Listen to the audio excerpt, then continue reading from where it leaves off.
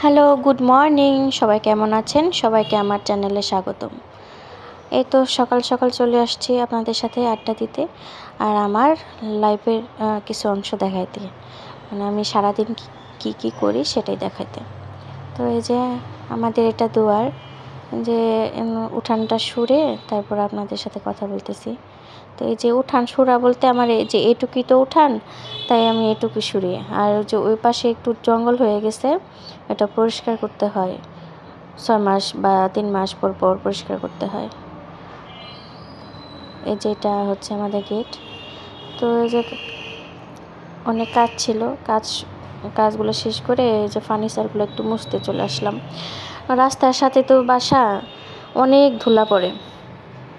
আপনি যতই মুছেন ধুলা পড়বেই, প্রতিদিন মুছতে হয় 2 বেলা করে, তারপরও না ধুলা যায় না, সাদা হয়ে থাকে। বাইরে যদি কাপড় চোপড় মেলে দেই, বাইরেও একই অবস্থা। কাপড় চোপড় পরিষ্কারের বদলে আরও নোংরা হয়ে যায়, এত ধুলা। মানে সবসময় গাড়ি ঘোড়া তো চলতেই থাকে, আর বেশিরভাগ করে শীতের দিন চলে আসছে, এখন তো আর বৃষ্টি হবে না, এই শীতের দিনে তো আরও ধুলা, কেমন যে সাদা হয়ে থাকে। সকালবেলা মুছি আবার বিকালবেলা মুছি, তারপরও কাজ হয় না, ধুলায় সাদা হয়ে থাকে, মনে হয় যে পুরপুরে আছে। কেউ আসলে বলবে মনে হয় যে মানে 1 মাস বা 7 দিন ধরে মুছে না, কখনোই মনে হয় মুছে না, এরকম মনে করবে। তো যাই হোক, যে ফার্নিচার মুছে চলে আসছি, চান করে পূজা দিয়ে চলে আসছি রান্নাঘরে। আজকে কি রান্না করব চিন্তা ভাবনা করতে করতে যে বাইর করলাম যে আলুর তরকারি করব একটা। এই আলুর তরকারি কিন্তু ভালো লাগে অনেক খাইতে। যে আলুগুলো কেটে নিলাম, কেটে একটু জলে ধুয়ে নিব, আলুর কষটা যাতে চলে যায়। এভাবে কে খাইছেন জানি না, কমেন্টস করে জানাবেন যদি কেউ খেয়ে থাকেন। অনেক সুস্বাদু হয়, কোনো মশলা ছাড়া, শুধু লবণ আর হলুদ, কাঁচামরিচ আর মনে 5 ফোড়ন দিই, আর শুকনা মরিচ ফোড়ন দিই। এই তো মশলার মধ্যে আর কোনো বাটা মশলা নাই, কিছু নাই, অনেক সহজ। চাইলে আপনারা প্রেসার কুকারে সিদ্ধ করে নিতে পারেন, আর যদি মনে করেন যে না এমনি সিদ্ধ করব, তাহলে এমনি সিদ্ধ করতে পারেন। তবে আমার একটু তাড়াহুড়া তো, তাই আমি প্রেসার কুকারে সিদ্ধ করে নিচ্ছি। তো সিদ্ধ করে আলুটা বসাই দিয়েছি। ওই যে বললাম, শুকনা মরিচ 5 ফোড়ন দিয়ে তারপর আলুটা দিয়ে একটু লবণ হলুদ দিয়ে একটু বলক উঠাইলেই হয়ে যায় রান্না। তো এই যে এখানে রুটি বানাই নিতেছি, রুটি ভাজা শেষ প্রায়। তো এই যে এখন খাবো, এখন প্রায় সকাল 10টা, 10:30টার মতন বাজে। তো এখন হচ্ছে সকালের খাবার। বাবুকে আগে খাওয়াই নিছি, বাবুকে একটু নুডলস করে দিছিলাম সকালে উঠে, ওটাই খাওয়াইছি। এখন আবার এই যে আমাদের সাথে খাবে একটু। রুটি নিয়ে নিলাম, রুটিটা দিয়ে আলুর তরকারি অনেক মজা লাগে। কেউ যদি রুটি দিয়ে না খাইতে চান, লুচি দিয়েও খাইলেও অনেক মজা লাগে। যেটা দিয়ে খাবেন সেটা দিয়ে অনেক মজা, শুধু আলু তবুও মজা। যে খাবার খেয়ে নিলাম, অনেক মজা হয়েছিল। তো এই যে খাওয়া দাওয়া প্রায় শেষ, এখন চলে যাব দুপুরে রান্না করতে। দুপুরে আজকে বেশি কিছু রান্না করব না, আজকে একটু শুকত করব। এখানে পেঁপে, তারপর করলা, একটু সম্বার দিছি, কি রাঁধুনি সম্বার দিয়ে তারপরে এগুলো দিয়ে দিলাম। এখন দিয়ে দেব একটু লবণ, একটু হলুদ দিয়ে তারপর একটু নাড়াচাড়া করব।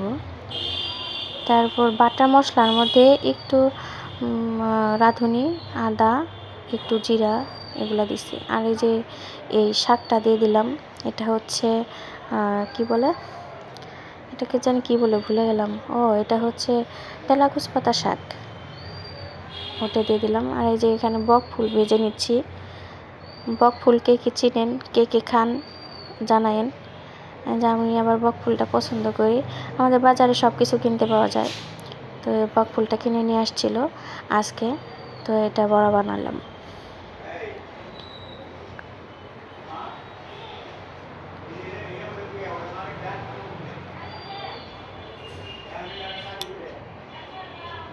মুচমুচা করে ভাইজাই নিতেছি। এটা কিন্তু ডাল দিয়ে অনেক মজা লাগে। আমার রান্না বান্না শেষ, যে এখন খাইতে চলে আসছি।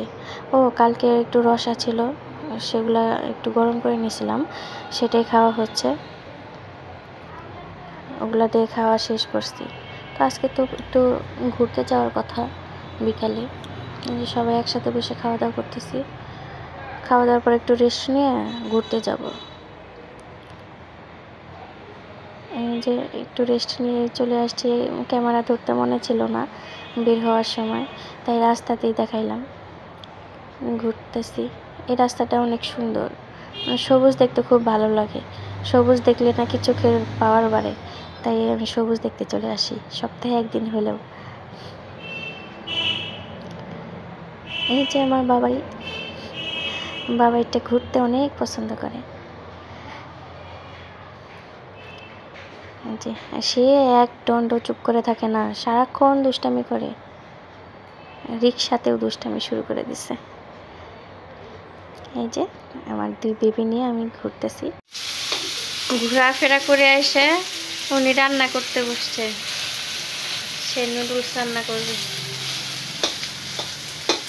রেসিপিটা দেখাও, কি করলা প্রথমে? আচ্ছা, আর হচ্ছে বাদাম গুঁড়ো করে নিচ্ছি হালকা। আর এখন হচ্ছে এটার মধ্যে দিতে হচ্ছে বাঁধাকপি, ফুলকপি আর টমেটো ভাজতেছি, একদম ম্যাশ করে নেব। দারুণ তো, কালারটা কিন্তু জোস আসছে, ভালোই লাগবে।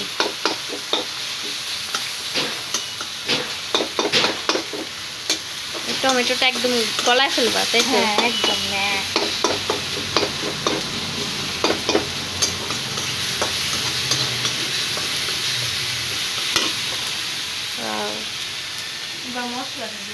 এই যে এরকম করে রাখো না, ব্রাস্ট হবে। এখন মশলাগুলো দিয়ে দিলাম, নুডলসের মশলা না। আমার পাকা ধুনি নেই, নুডলস রান্না করতে যে পছন্দ করে। আর কি দিলা? লবণ। এই যে ধরো না, তুমি আবার ধরো না, পরে খাইও। আর এখন দিতেছে কি? ধনিয়া গুঁড়া। ওরে সেই লাগবে তো। মরিচের গুঁড়া। কত সুন্দর রান্না, ওয়াও। এগুলো দিয়ে মাখা মাখা করে নিবা না।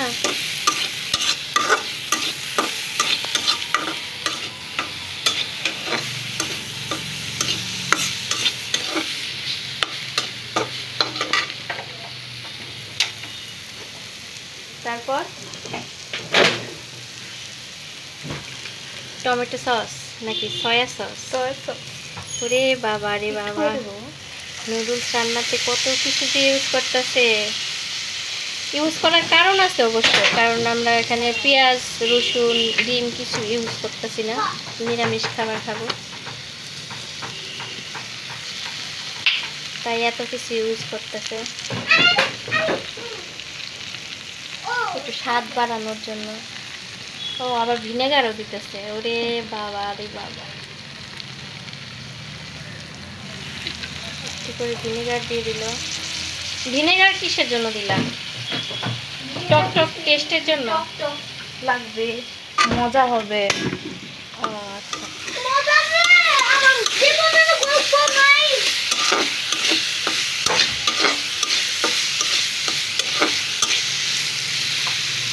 এখানে বাদামগুলো দিয়ে দিল না।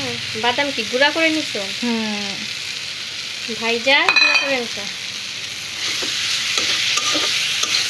আপনারা এইভাবে খায়া দেখবেন কইরা কেমন লাগে, তাই না? এখন কি নুডলস,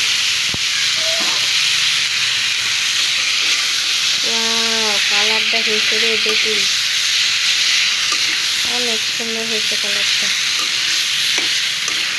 ভালোই হয়েছে। আমার আর কষ্ট করে রান্না করতে হবে না, যখন খুব খারাপ লাগবে রান্না করতে, তখন বলি নুডলস বানাও। নুডলস খাবো।